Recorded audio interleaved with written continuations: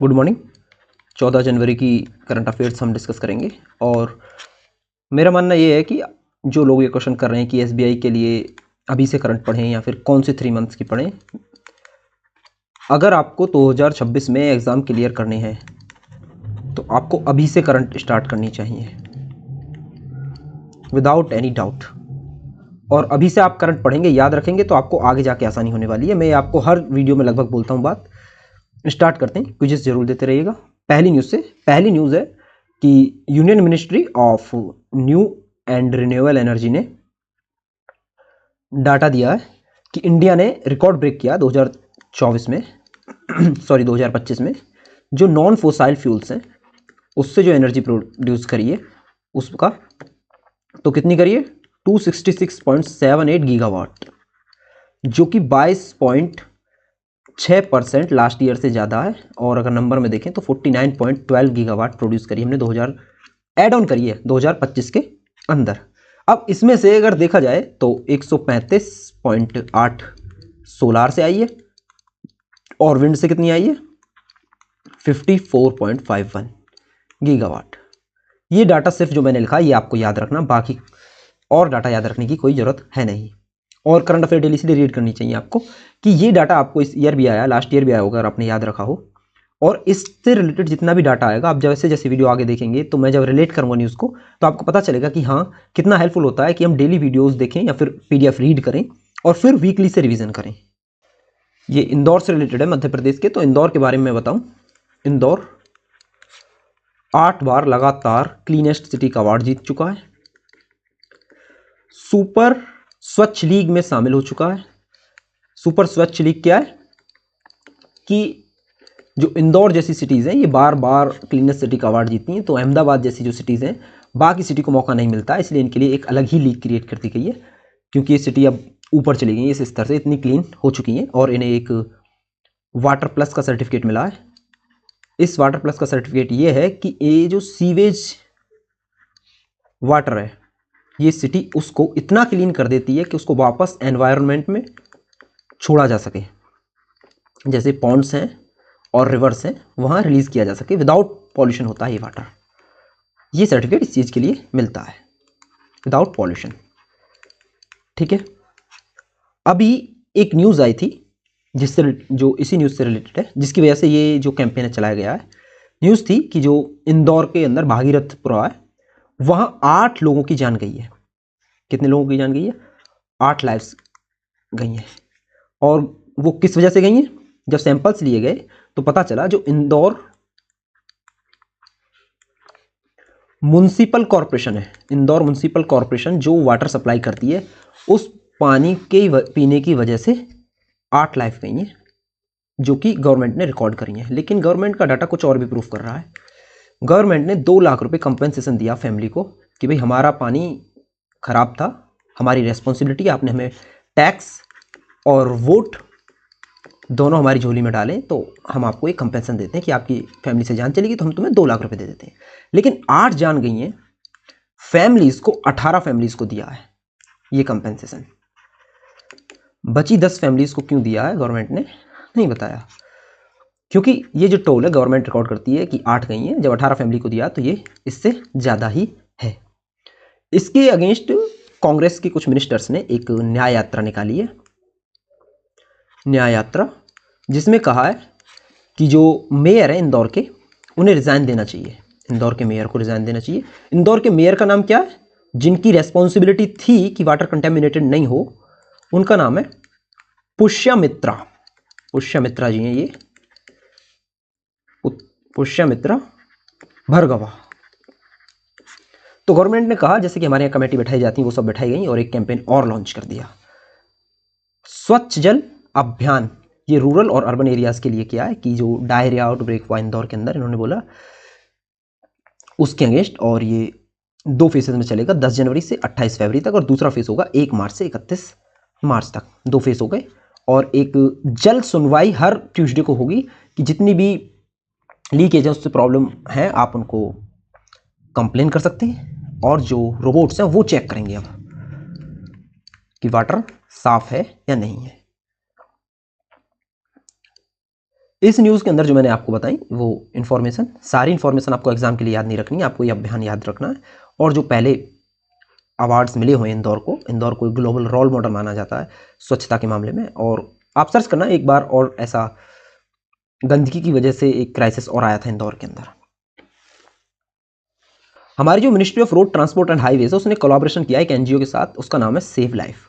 और कोलैबोरेशन ये है कि इन्होंने आइडेंटिफाई किया है कि 100 डिस्ट्रिक्ट्स ऐसी हैं 15 स्टेट्स में जहां जो रोड एक्सीडेंट्स हैं उनसे जो डेथ होती है वो 89,000 2023 और 24 दोनों में मिलाकर इतनी रोड एक्सीडेंट डेथ्स हुई हैं। और इनका टारगेट ये है कि ये 50% डेथ्स को 2030 तक रिड्यूस कर दें इन डिस्ट्रिक्ट्स के अंदर, जो कि एक स्टॉकहोम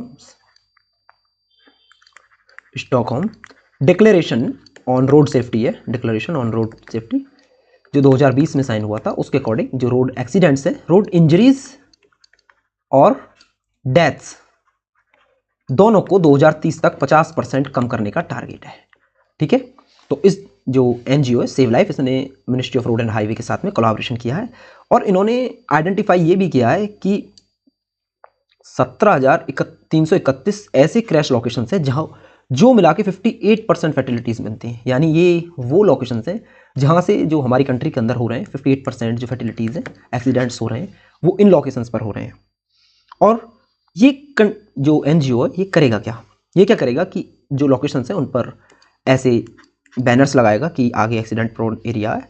और कुछ ऐसे होते हैं कि मैं जेआईबी का एग्ज़ाम देने गया था, तो गाजियाबाद से होके जाना होता है, तो मैं ऐसे रोड से जा रहा हूँ, ऊपर से ऐसे हाईवे आ रहा है, यहाँ एक अंडरपास है। अब ये एक रोड जा रही है जाने की है और यहाँ से रोड आने की है, लेकिन यहाँ से ये कट है बिल्कुल, और यहाँ जाके ये रोड सिंगल हो जा रही है। यानी इधर से जाने का आने का दो, बीच में डिवाइडर है, ये जाकर यहाँ सिंगल रोड हो जा रही है, और यहाँ से पब्लिक क्रॉस करके इधर आ रही है अचानक से अंडरपास से, और व्हीकल्स इधर से जा रहे हैं। तो जो ऐसे पॉइंट्स हैं, ये जो पॉइंट है, ये ऐसे रोड इंटरवेंशंस हैं कि जो एक्सीडेंट होते ही हैं। अब एक यहाँ एक्सीडेंट होना बहुत आसान है, बजाय कि ये जो है कोई गोल चक्कर बना दिया जाए या फिर कोई एक सेफ पॉइंट बना दिया जाए जिससे कि एक्सीडेंट ना हो। क्योंकि यहाँ जाते हैं तो एकदम ब्लाइंड होता है, हमें लग रहा होता है कि ये पास इधर से जाने के लिए, लेकिन वो जाने और आने दोनों के लिए, जिस वजह से ये जो इधर आ रहे हैं लोग वो अचानक से इधर आते हैं और ये टकरा जाते हैं आपस में। ऐसे जो इंटरवेंशन उनको ठीक करेगी जल्दी से, क्विकली।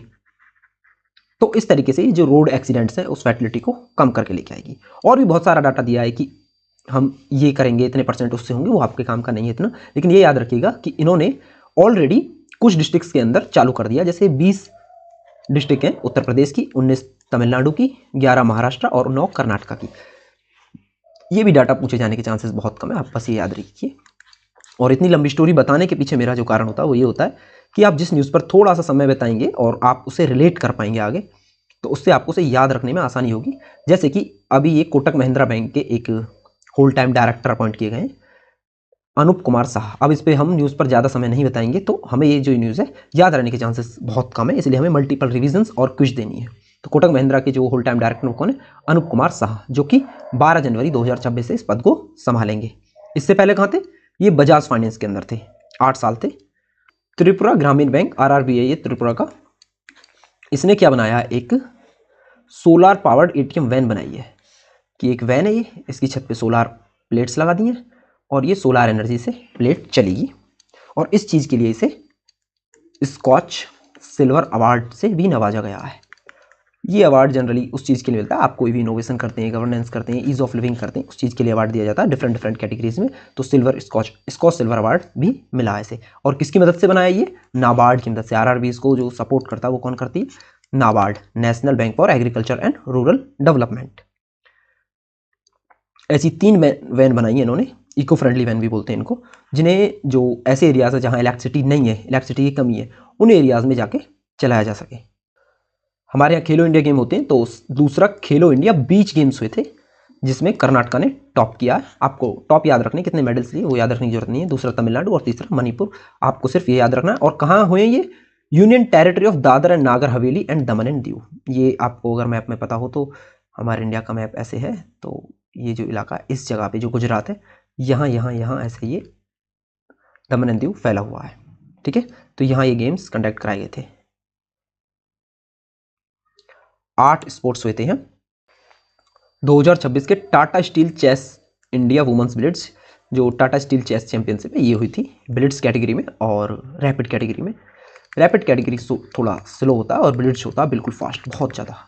तो इस कैटेगरी में जो वेस्ले ये ओपन कैटेगरी में पहले नंबर पे है, ठीक है। और थर्ड कौन आए? अर्जुन अर्गेशी, ठीक है ना, ये यूएस के। और जो वुमेन कैटेगरी है उसमें भी करिशा ये वुमेन कैटेगरी में टॉप, मतलब जो अवार्ड है इन्हें मिला है, ये टॉप किया है। और ये जो गेम्स हुए थे टूर्नामेंट ये जीती हैं इन्होंने। टाई किसके साथ किया था? वंतिका अग्रवाल के साथ में, लेकिन बाद में जो टाई हो जाता था, मैच होता दूसरा, उसमें ये जीत गई 1.5 से। उनके कितने थे? 1.05। और रैपिड कैटेगरी में कौन जीता है? रैपिड कैटेगरी के अंदर निहाल सरीन जो कि ब्लिट्ज कैटेगरी में दूसरे नंबर पे थे, इन्होंने टॉप किया है। और वुमेन में कैथरीन लाग्लो, इन्होंने जीता है रैपिड कैटेगरी के अंदर जो वुमेन। ओपन में निहाल सरीन, तो आपको नाम याद रखने हैं ये नाम इंपॉर्टेंट है। डीना पॉवेल क्या है? प्रेसिडेंट और वाइस चेयरमैन बनी है मेटा प्लेटफॉर्म की। जो सीईओ हैं मार्क जुकरबर्ग, अब ये डायरेक्टली उनको रिपोर्ट करेंगे। अरित्रा रॉय जो कि त्रिपुरा से हैं लेकिन बेंगलुरु में रहती हैं, इन्होंने क्या सक्सेसफुली माउंट अकोनकागुआ, जिसे स्टोन सेंटिनल भी बोलते हैं, हाईएस्ट पीक है एशिया के बाहर कोई भी, जो कि साउथ अमेरिकन कंट्रीज में है, अर्जेंटीना में, इसको सबमिट किया है। इनका क्या टारगेट है? 7 समिट चैलेंज है। 7 समिट चैलेंज है कि जितनी भी हाईएस्ट पीक्स हैं हर कॉन्टिनेंट की, उन सभी पीक्स को चढ़ने का। तो ये पहले ही ऑलरेडी कुछ जो माउंटेन्स हैं, जो पीक्स हैं, उनको चढ़ चुकी हैं। पहले माउंट एवरेस्ट, कलिमंजारो और एल्ब्रस। और चौथा क्या है ये? अब ये स्टोन सेंटिनल जो कि अर्जेंटीना में, इसको भी चढ़ चुकी हैं। बचे हुए जो बाकी उनमें इनकी जो प्रोग्रेस रहेगी। और स्पॉन्सर किसने किया है? HAL, हिंदुस्तान एरोनॉटिकल लिमिटेड, इन्होंने इनकी जो ये समिट है इसको स्पॉन्सर किया है। नाम याद रखना स्पॉन्सर का भी। Nirantar, national institute for research application of natural resources to transform, adept and build resilience. ये निरंतर की फुल फॉर्म हमें याद रखनी पड़ेगी। ये एक डिजिटल कोलैबोरेटिव प्लेटफॉर्म है, डिजिटल एंड कोलैबोरेटिव प्लेटफॉर्म। यहाँ क्या है कि जितने भी ministry of environment, forest and climate change के अंदर ऑर्गेनाइजेशंस आती हैं, जैसे फॉरेस्ट सर्वे ऑफ इंडिया है या फिर wild life survey of India है, इन सबको एकजुट एक डिजिटल प्लेटफॉर्म पर आकर रिसर्च, डाटा शेयरिंग जैसी चीज़ें कर सकती हैं। इसके 4 पिलर्स हैं। पहला पिलर है रिसर्च, हम रिसर्च करेंगे। दूसरा पिलर है असिस्टेंट एंड चेक, क्या वो रिसर्च काम कर रही है। तीसरा है एप्लीकेशन मतलब जो रिसर्च हुई है उसको यूज़ करना आगे टेक्नोलॉजिकल डेवलपमेंट के अंदर। और चौथा है पॉलिसी, मतलब वो डाटा शेयर करना गवर्नमेंट की पॉलिसी मेकिंग के लिए, ठीक है। तो इसकी जो मीटिंग थी उसको चेयर किसने किया? ये भूपेंद्र यादव जी हैं, हमारे minister of environment forest and climate change के लिए। इन्होंने इसकी जो मीटिंग हुई थी उसको चेयर किया है। यूनियन गवर्नमेंट ने नोटिफाई किया नेशनल स्पोर्ट्स गवर्नेंस रूल्स 2026 के लिए, नेशनल स्पोर्ट्स बॉडीज़ के लिए, क्योंकि नेशनल स्पोर्ट्स गवर्नमेंट एक्ट आया था 2025 में, उसके अकॉर्डिंग इस रूल में क्या है कि जितनी भी national governance sports governance bodies हैं, स्पोर्ट्स बॉडी है, इनके अंदर एटलीस्ट 4 स्पोर्ट्स पर्सन होने चाहिए, sports person of outstanding merit. और उनके लिए जो ये 4 हैं, इनके लिए क्राइटेरिया क्या? 25 साल से ज़्यादा उम्र के होने चाहिए, पिछले 1 साल में किसी भी डिस्ट्रिक्ट के लिए, जो डिस्ट्रिक्ट से खेलने के लिए जो गेम्स होते हैं उनमें पार्टिसिपेट नहीं करा होना चाहिए, ठीक है। तो ये 4 होने चाहिए। और 50% हर नेशनल बॉडी में वुमेन होनी चाहिए। और 4 वुमेन एग्जीक्यूटिव स्पोर्ट्स, जो एग्जीक्यूटिव बॉडी होती है नेशनल स्पोर्ट्स बॉडी, उसके अंदर होनी चाहिए, ठीक है, 4 वुमेन। और जो नेशनल स्पोर्ट्स पैनल है, नेशनल स्पोर्ट्स इलेक्टोरल पैनल, जो सिलेक्शंस करते हैं इलेक्टोरल पैनल, उसके अंदर कम से कम 20 मेंबर होने चाहिए, 20 मेंबर। और इलेक्टोरल ऑफिसर की जो फीस होगी वो कितनी होगी? 5 लाख से कम, और जो उसको असिस्ट करने में कॉस्ट आती है जो पहले से डिसाइडेड होगी वो, और जितनी भी नेशनल गवर्नमेंट ये जो स्पोर्ट्स बॉडी हैं इनको 6 महीने के अंदर इन रूल्स को फॉलो करना पड़ेगा, लेकिन सेंट्रल गवर्नमेंट उन्हें और 6 महीने का मौका दे सकती है अगर वो रिक्वेस्ट करते हैं तो कितना हो जाएगा 12 मंथ्स ये रूल्स को फॉलो करने के लिए रिटर्न में। अभी वाइब्रेंट गुजरात रीजनल कॉन्फ्रेंस हुई थी राजकोट के अंदर, जहां एक मेमोरेंडम ऑफ अंडरस्टैंडिंग साइन हुआ गुजरात के और एशियर फ्यूचर एनर्जी के बीच में कि वो जो बायोफ्यूल है वो कॉम्प्लेक्स सेटअप करेंगे देवभूमि द्वारका डिस्ट्रिक्ट के अंदर, जिसकी कैपेसिटी कितनी होगी, जो फीड स्टॉक प्रोसेसिंग है, जो फीड स्टॉक को प्रोसेस करेंगे 1 मिलियन टन हर साल का ये फीड स्टॉक को प्रोसेस करेंगे, और इसके अंदर कॉस्ट कितना आएगा 5100 करोड़ 5100 करोड़, जो एक्सपेक्ट करता है कि 350 नौकरियां डायरेक्टली जनरेट करेगी ये, और 2029 तक इस प्रोजेक्ट को ऑपरेशनल कर दिया जाएगा। ठीक है, ऑपरेशनल होगा ये। तो आपको याद रखना है ये किस किस के बीच में है, कितनी जॉब्स क्रिएट करेगा ये सब डाटा नहीं पूछा जाता है, बट आपको इतना याद रखना है कि कहाँ कॉन्फ्रेंस हुई थी, वाइब्रेंट गुजरात रीजनल कॉन्फ्रेंस, और ये याद रखना है कि किस किस के बीच में जो कोलैबोरेशन हुआ है वो क्या हुआ है और बायोफ्यूल कॉम्प्लेक्स बनाने के लिए हुआ है। बाकी चीज़ें इन्वेस्टमेंट याद रख सकते हैं 5100 करोड़, क्योंकि इन्वेस्टमेंट्स पूछ ली जाती हैं। जो इंडिया AI मिशन है, एक बिजनेस डिवीजन है under digital India corporation ministry of electronics and information technology के अंदर, उसने उत्तर प्रदेश की एक डेवलपमेंट सिस्टम्स कॉर्पोरेशन लिमिटेड है उसके साथ में कोलैबोरेशन किया है। और कहाँ किया है कोलैबोरेशन, उत्तर प्रदेश के अंदर AI and health innovation conference हुई थी लखनऊ के अंदर। अच्छा, अब इसके अंदर होगा क्या कि ये दोनों मिलकर इंडिया AI मिशन क्या करेंगे, 65 डाटा एंड AI लैब्स बनाएंगे, जिसमें से 2 बना भी चुके हैं। ये कहाँ बना चुके हैं, लखनऊ और गोरखपुर के अंदर NILIT सेंटर है इसके अंदर। यहां क्या होगा,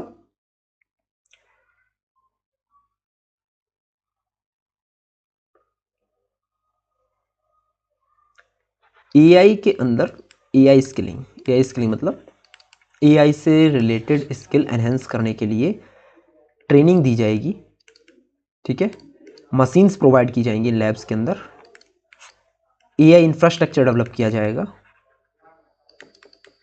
ठीक है, ये सब चीज़ें की जाएंगी।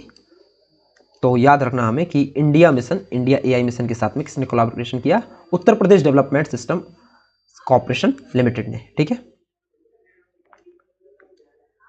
और कहाँ कहाँ 2 बना दी, कितने डाटा सेंटर्स बनाएंगे 65, और एक पीलीभीत में भी लगा है। कोरमंडल इंटरनेशनल एक कंपनी है जो एग्री सॉल्यूशंस प्रोवाइड करती है, एग्रीकल्चर से रिलेटेड सॉल्यूशंस प्रोवाइड करती है, उसने IIT मद्रास के साथ में कोलैबोरेशन किया है, एक मेमोरेंडम ऑफ अंडरस्टैंडिंग साइन किया है MOU। ये IITM जो रिसर्च पार्क है वहाँ पर एक कॉर्पोरेट रिसर्च पार्क बनाएंगे, जहाँ दोनों मिलकर एग्री सॉल्यूशंस के लिए रिसर्च करेंगे। इससे क्या होगा, जो ये कोरमंडल इंटरनेशनल है इसको क्या बेनिफिट होगा, IIT मद्रास का इकोसिस्टम मिलेगा, टेक्नोलॉजी इंफ्रास्ट्रक्चर मिलेगा, जिससे ये आगे इनोवेटिव सॉल्यूशंस प्रोवाइड कर पाएंगे। इनोवेटिव सॉल्यूशंस, तो हमें ये चीज़ भी याद रखनी, कोरमंडल इंटरनेशनल और IIT मद्रास ने मिलकर क्या स्टेबलाइज किया है, corporate research centre at IITM research park. 14 तारीख को मकर संक्रांति होती है, जो मिड विंटर हार्वेस्टिंग होती है, फेस्टिवल है ये, इंडिया और नेपाल में मनाया जाता है। अरालम बटरफ्लाई सेंचुरी, पहली स्टेट की बटरफ्लाई सेंचुरी है केरला के अंदर, तो याद रखना हमें अरालम बटरफ्लाई सेंचुरी। भाषणी समुदाय strengthening India's language AI ecosystem, ये मिनिस्ट्री ऑफ इलेक्ट्रॉनिक्स ने कंडक्ट कराई थी वर्कशॉप न्यू दिल्ली के अंदर।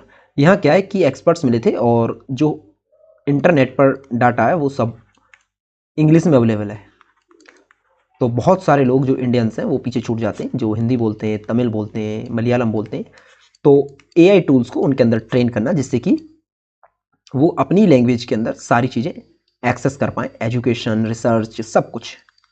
ठीक है, और ये कहाँ हुआ था, 9वां edition Indus food 2026 greater Noida में कंडक्ट कराया है, जहाँ वर्ल्ड क्यूलिनरी हेरिटेज कॉन्फ्रेंस भी हुई थी। यहाँ सेफ्स आए थे, एक्सपर्ट्स आए थे, जिन्होंने वहाँ डिस्कशन किया था। 45वां एडिशन हुआ है गिटेक्स ग्लोबल का, दुनिया का सबसे बड़ा टेक्नोलॉजी एंड AI एग्जीबिशन है, मतलब यहाँ जो टेक्नोलॉजिकल चीज़ें होती हैं, AI चीज़ें होती हैं, इनको शोकेस किया जाता है। इस एग्जीबिशन के अंदर। कहाँ हुआ? दुबई के अंदर। ये इंपॉर्टेंट है, थोड़ा याद रखना। और जीडीपी प्रेडिक्शन मैं बताता हूँ आपको, ज़्यादा याद नहीं रखना। एसबीआई ने किया तो आप याद रख लीजिए। इंडिया में अगर कोई करता है तो याद रखना चाहिए हमें। एनएसओ करता है, आरबीआई करता है, अब एसबीआई ने किया है। और कितना किया? 7.45% किया है। आरबीआई ने कितना किया है? अपनी मॉनेटरी पॉलिसी जो आई थी एमपीसी, उसके अंदर रिसेंट वाली, वो मुझे बताइएगा जिसने वीडियो यहाँ तक देखा है। Thank you for watching. मिलते हैं आगे की वीडियोस में। और मैं बहुत सारी गलतियाँ करता हूँ अब शुरू से लेकर अब तक की वीडियो के अंदर, तो मुझे फीडबैक दीजिए कि मैं उनको कैसे इंप्रूव करूँ, क्या क्या चीज़ें जिन्हें मुझे इंप्रूव करना है। आज कुछ खास टेक्निकल था नहीं बैंकिंग अवेयरनेस के अंदर, जहाँ मैं स्टैटिक पोर्शन कवर करता, लेकिन जहाँ भी ऐसा होगा वहाँ मैं डिस्कस करूँगा आप लोगों के साथ में फॉर श्योर।